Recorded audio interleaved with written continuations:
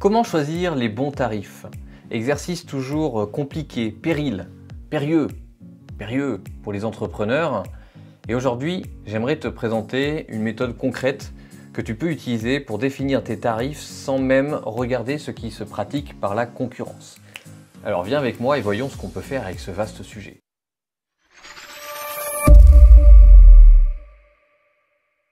Je te souhaite la bienvenue dans le laboratoire du web. J'espère que tu es en pleine forme. Voilà, je t'ouvre les portes de mon laboratoire. Aujourd'hui, on va donc parler de tarifs, comment définir les tarifs. Et la première chose que je veux te dire, et qui est la chose la plus importante, il n'y a pas de bon, il n'y a pas de mauvais tarif. Tu vois, c'est pas comme l'histoire des inconnus, avec, bon, il y a le bon chasseur, il voit un truc, il tire, alors que le mauvais chasseur, il voit un truc, mais il tire, mais c'est un bon chasseur, c'est un mauvais chasseur. Bon, bref, t'as compris. Il n'y a pas de bon ou il n'y a pas de mauvais tarif. En fait, un tarif, c'est complètement subjectif. Un tarif dépend directement du client. Donc, s'il y a une seule et unique chose que tu dois retenir de la vidéo, je vais quand même te donner ma méthode après, hein, mais c'est quand même le plus important. Tu sais que j'apporte toujours énormément d'attention, d'importance à ce qui est psychologique, à pourquoi on fait les choses. Tu dois retenir ce mantra. Un mantra que je répète dans beaucoup d'ateliers que j'anime. Retiens-le bien. T'es prêt? La valeur de ce que tu proposes dépend directement de la personne à qui tu t'adresses. Et comme c'est hyper important, je te le répète. La valeur de ce que tu proposes dépend directement de la personne à qui tu t'adresses. Ça veut dire quoi? Ça veut dire que la valeur de ce que tu proposes, ton produit, ton service, il dépend de ton client. C'est lui qui va l'acheter.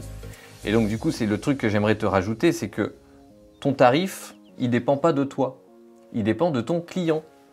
Ton client, c'est lui qui a raison. Alors je suis complètement contre la phrase qui dit que le client est roi. Ok? Pour différentes raisons qui ne sont pas l'objectif de cette vidéo. Mais une chose est sûre, c'est que c'est le client qui a raison sur le tarif. C'est lui qui sait quelle valeur il accorde à ton produit, à ton service. Imaginons que tu sois rédacteur SEO, ok? Et tu as ciblé quelqu'un, tu es allé regarder son site, etc. Et tu le sais pertinemment que s'il fait de bons articles bien référencés, ça aura un fort impact sur son business. Tu le sais que c'est ce qu'il lui faut. Mais lui, il n'en a pas conscience. Pour lui, ça n'a pas vraiment de valeur parce que, pour différentes raisons, il a des objectifs sur autre chose. Voilà, peut-être que tu ne connais pas tout, tu vois quelque chose en surface et lui, il n'y accorde pas de valeur. S'il n'y accorde pas de valeur, peu importe le tarif que tu mets, il n'achètera pas. Donc le problème, il ne vient pas de ce que tu proposes, il ne vient pas du tarif finalement. Le tarif n'est pas le problème. D'ailleurs, le tarif est rarement le problème. Le tarif est un problème si la personne vraiment elle a plus rien, elle n'a pas un sou et qu'elle se met dans la merde. Mais le tarif, c'est juste une histoire de bénéfice, c'est juste une histoire de priorité. Tu vois, tu peux très bien du jour au lendemain te dire, au lieu d'être en maison, etc., je vais me mettre dans une caravane, je vais arrêter de payer des charges et puis je vais m'acheter, je sais pas, une belle voiture à la place. C'est une histoire de priorité, l'argent, d'accord? Donc le client, c'est la valeur que lui, il accorde. Et toi, donc, ton job, c'est d'aller définir le bon tarif. Donc, soit tu as un problème de cible et tu cibles des gens qui n'y accordent pas de valeur, et donc là, c'est un problème de ciblage et il faut changer ça. Soit le tarif n'est pas adapté. Et donc, on va voir juste après comment faire. Et d'ailleurs, je te parlerai aussi d'une petite histoire. Ouais, je t'en parle juste après. Ok. Donc, la première chose à penser, à laquelle il faut que tu penses, c'est à quelle valeur tu apportes. Et comme je suis fan de psychologie, mais je suis comme aussi un grand fervent de pragmatisme et de choses concrètes, je vais te donner ma petite méthode. Petite parce que elle est pas, tu vas voir, ça casse pas trois pattes un canard, mais pourtant c'est hyper efficace et ça va t'enlever un poids énorme pour pouvoir définir tes tarifs, parce que c'est toujours une plaie à faire. Et en plus, tu n'as même pas besoin de regarder la putain de concurrence. Tu t'en fous de combien les concurrents proposent, d'accord? Tu fais ton truc. Première chose, j'en ai déjà parlé dans d'autres vidéos, peut-être sur la chaîne, je sais plus, dans des ateliers. J'en parle régulièrement, mais Là, on va l'utiliser spécifiquement pour ce que tu veux en faire. Première chose, ton chiffre magique. Je te la refais rapidement si c'est la première fois que tu viens ou si tu ne te rappelles plus de l'exercice. Tu dois définir ton chiffre magique. Ton chiffre magique, c'est quoi? C'est le chiffre d'affaires que tu veux générer sur le nombre d'heures que tu veux consacrer à ton entreprise. Imaginons que tu veuilles consacrer, allez, pour que ça soit, on va faire, tu veux générer 100 000 euros par an, ok, et tu as envie de consacrer une centaine d'heures par mois à ton activité, donc à peu près 25 heures par semaine, ça c'est quelque chose qui n'est pas trop chargé, qui est assez correct. Tu arrives à un ratio de 100 euros l'heure, ça veut dire que l'heure que tu utilises, que tu dépenses dans ton entreprise, doit te rapporter en moyenne 100 euros. Alors évidemment, quand tu crées des contenus, là, comme je suis en train de parler comme un con à mon appareil photo, directement, ça ne me rapporte pas, on est d'accord. Mais sur toutes les activités que je fais, sur le temps que j'y consacre, en moyenne, ça doit rapporter ça. Donc, quand je vais faire, et là on arrive sur un truc qui est intéressant, quand j'ai mon chiffre magique et que je veux créer un produit, un service, alors ça marche très très bien si tu es prestataire de service d'ailleurs, tu vas pouvoir t'appuyer là-dessus. Tu vas te dire, ok, mon client, il a tel besoin. Ça, c'est la première chose à calculer. J'estime qu'il va me falloir environ un certain nombre d'heures. Un certain nombre d'heures, ok, auquel tu vas ajouter une marge de sécurité parce que suivant les projets, ça prend plus ou moins de temps. Tu vas rajouter tous les échanges parce que tous les échanges mail, tous les échanges téléphoniques, visio, tous les échanges que tu as avec la personne, il faut les prendre en compte.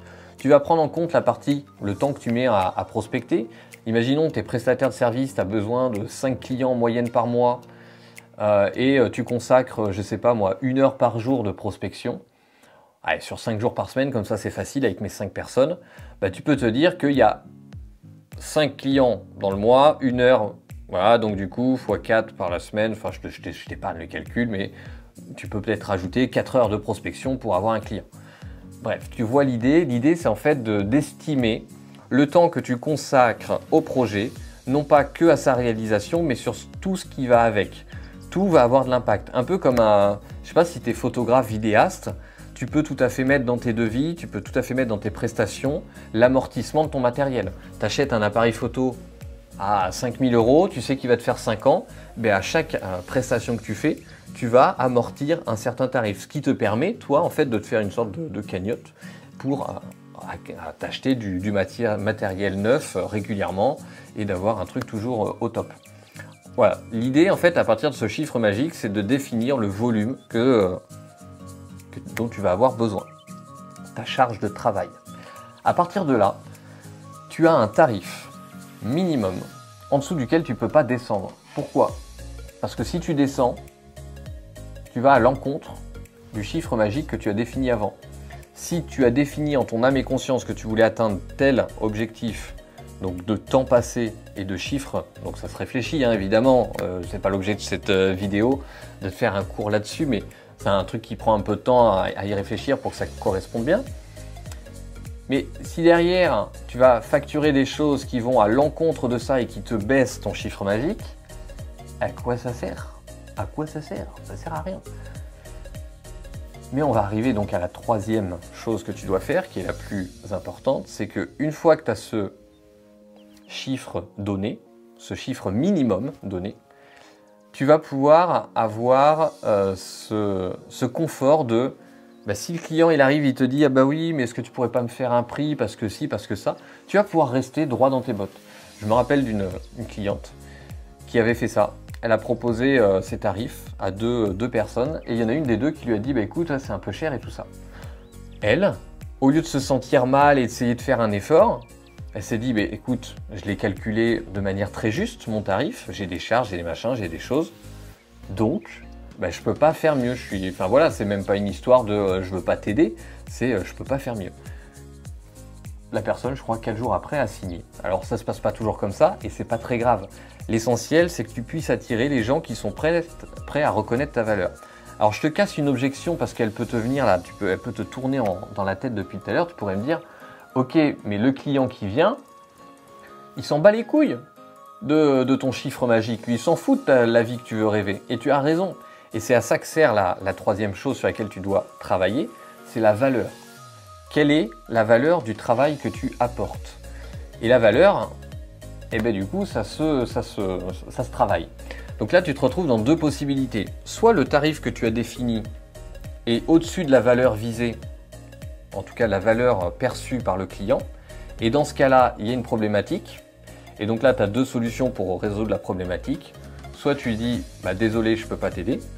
Donc ça, c'est libre à toi. Soit tu trouves un moyen de faire une offre qui va te demander moins de charge de travail, qui puisse plus rentrer dans ce que veut le client. Et là, du coup, tu fais une offre qui est sur mesure et qui convient à tous les deux. Il a le droit d'y accorder moins de valeur perçue, c'est pas grave. Et toi, tu as le droit de dire non ou tu as le droit d'adapter tes offres. Ok? Ça, c'est le premier scénario. Et le deuxième scénario, c'est si la valeur perçue est au-dessus. Et là, dans ce cas-là, tu peux augmenter tes tarifs. C'est pas gênant. C'est pas gênant, c'est pas malsain, c'est pas que... Parce qu'encore une fois, l'argument qu'on avait tout à l'heure de il s'en fout de ton chiffre magique, c'est valable dans les deux sens. Que tu sois trop cher ou pas assez cher, ton chiffre magique, il s'en fout. Lui, ce qu'il veut, c'est qu'il a un problème, il y accorde une valeur et tu dois délivrer cette valeur. Ça serait dommage de ne pas faire payer cette marge. D'accord? Donc, libre à toi de bien observer les attentes, de bien discuter avec le client. Prends le temps de discuter pour savoir ce que ça va lui apporter et tout ça. Et pour que tu schématises bien, je vais te donner un exemple tout bête. Depuis 2013, le laboratoire du web, j'ai fait pas mal de choses. D'accord? Au tout début, l'identité visuelle que j'avais, je l'avais créée moi-même. J'avais créé mon logo, j'avais créé ma charte graphique, j'avais tout créé moi-même. Bon, déjà, je travaillais dans le graphisme, ça a aidé. Et puis en 2020, je me suis dit, j'aimerais bien un peu de renouveau, un peu de fraîcheur et faire appel à quelqu'un. J'avais ce côté de... j'avais fait quelques changements, j'avais un nouveau positionnement et je voulais le valoriser, je voulais le mettre en avant. Et donc j'ai fait appel à quelqu'un. La charte graphique m'a coûté, en l'occurrence, 4000 €, si je dis pas de bêtises. J'y accordais cette valeur, sans aucun problème. Et je peux comprendre que quelqu'un n'y accorde pas autant de valeur. Et je peux comprendre aussi que certains puissent y mettre beaucoup plus cher. Mais en tout cas, moi, c'était un prix qui était juste pour moi. Par contre, quelques mois après, quelques semaines après, j'ai voulu me faire la petite animation que tu as vue de mon logo au tout début, là, qui dure 5 secondes. Et là, j'avais deux possibilités. Soit je faisais appel à un motion designer, j'en avais pour 500, 1000, 1500 €, et j'aurais eu un résultat très chouette. Soit, et c'est ce que j'ai utilisé comme solution, je suis allé sur 5euros.com ou Fiverr, 5euros.com, et j'ai fait appel à quelqu'un. En l'occurrence, donc il avait une formule à 5 € à 35 €, j'ai pris celle à 35 €, j'ai rajouté 15 € pour avoir le certificat de session et avoir les droits sur mon truc, donc j'ai payé 50 balles au lieu de 500, 1000 ou 1500 €, parce que la valeur perçue que j'en avais, c'est juste un putain de logo pour animer mes vidéos YouTube, on s'en fout, ça ne change pas ma vie. La valeur perçue était faible, mais ça ne remet pas en cause le travail d'un motion designer. C'est juste que moi, dans mon cas spécifique, ça n'avait pas beaucoup de valeur. Si tu prends Google avec toutes ces animations de logos, je ne sais pas si tu as vu sur les podcasts, les machins, enfin dès qu'il y a de l'audio, leur logo est hyper animé. Ah bah oui, ça a dû coûter une blinde, non, c'est en interne, peu importe, mais la valeur perçue derrière n'était pas la même, l'impact n'était pas le même. Donc c'est ça qu'il faut que tu comprennes. Donc le truc concret, pour te récapituler, tu penses à ton chiffre magique en fonction de ce que tu veux, tu définis ta charge de travail en fonction de ton chiffre magique, ça va te définir une offre, et derrière tu réfléchis à la valeur que ça peut apporter à la personne en face. Petit bonus sur les tarifs, parce que tu es venu là pour parler de tarifs, mais déjà là tu as une base pour créer les tarifs. Est-ce que tu dois mettre des tarifs en 7, en 9, en rond, etc.